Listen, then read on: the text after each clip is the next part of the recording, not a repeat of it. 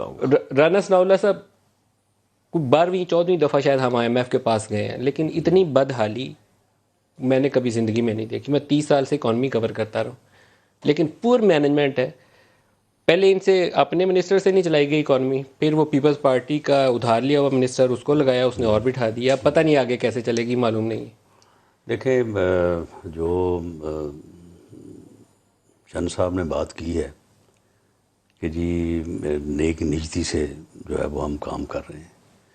دیکھیں یہ جو آپ نے جن صاحب کی بات کروائی ہے وہ تو فیکٹری اونر ہے، میرا خیال ہے کم از کم بھی اس کی فیکٹری کا جو حجم ہوگا کوئی 10-15-20 کروڑ روپے ہوگا۔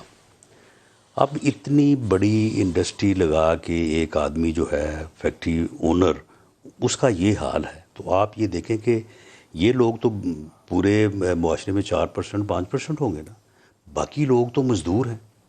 اور جہاں تک نیتوں کی بات کی ہے میرے بھائی نے، یہ جو چینی اور آٹا، اس میں کم از کم 150 سے 200 ارب کا ڈاکہ ڈالا گیا ہے لوگوں کی، عام آدمی کی جیب کے اوپر۔ 150 سے 200 ارب بہت بڑی رقم ہوتی ہے رانا نہیں، صاحب۔ یہ بہت اتنا ہی ڈالا ہے۔ 1 روپیہ چینی بڑھے، 1 روپیہ چینی بڑھے تو جو ان کے اس وقت چینی مافیا کے جو اس وقت سرخیل ہیں ان کو 1 ارب روپے بچتا ہے۔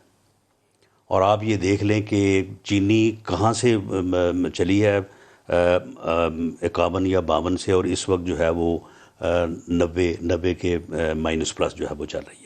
آٹے کا جو انہوں نے حشر کیا ہے، اور پہلے پھر جو ہے وہ برآمد کی ہے، اس کے بعد اب جو ہے وہ یہ درآمد کریں گے، تو پھر یہ اگر یہ بغیر کسی نیت کے یہ اربوں روپیہ جو ہے وہ کمایا جا رہا ہے، اربوں روپے کا ڈاکہ جو ہے وہ غریب آدمی کی جو ہے وہ جیب کے اوپر ڈالا جا رہا ہے، تو یہ بغیر ہی کسی نیت سے جو ہے وہ سارا کچھ اچھا ہو رہا ہے۔ ایک چیز کا پہلے آپ بتائیں، پھر میں چند صاحب سے بھی پوچھوں گا۔ ایک انسٹیٹیوشنل میکنزم ہے، ECC اپروو کرتی ہے، پھر گورنمنٹ فیصلہ کرتی ہے، تو ECC میں جو 40-50 لوگ بیٹھے ہیں، سب کی آنکھوں پہ پٹی بندھی ہوئی تھی جس دن انہوں نے کہا گندم بیچ دو، چینی بیچ دو، پھر کہا دگنی قیمت پہ دوبارہ منگوا لو، وہ کیسے فیصلہ کرتے ہیں؟ یہ اپنا چند صاحب شاید اس بات کی جو ہے وہ تصدیق تو نہ کریں۔ ایک صاحب بیٹھے ہیں اپنا بنی گالہ میں پرائم منسٹر ہاؤس میں، وہ جو کہہ دیں ہو جاتا ہے، ECC بھی کر دیتی ہے۔ سب یعنی پوری گورنمنٹ۔ اور ایک صاحب جہانگیر ترین صاحب جو کہیں وہ بھی ہو جاتا ہے۔ تو بنی گالہ میں کون صاحب بیٹھے ہیں سر؟ بنی گالہ میں وہ بخاری صاحب بیٹھے ہیں، وہ جو ان کا بھی چینی کا کاروبار ہے؟ نہیں ان کا بھی بڑا لمبا چوڑا کاروبار ہے۔ یہ چیزیں جو ہے نا یہ تو پھر وقت آنے پہ جو ہے وہ سامنے آئیں گی۔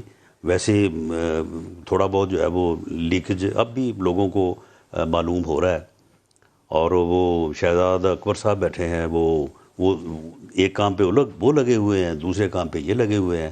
باقی یہ درآمد برآمد اب بھی جو فیصلے سارے جہانگیر ترین صاحب کر رہے ہیں۔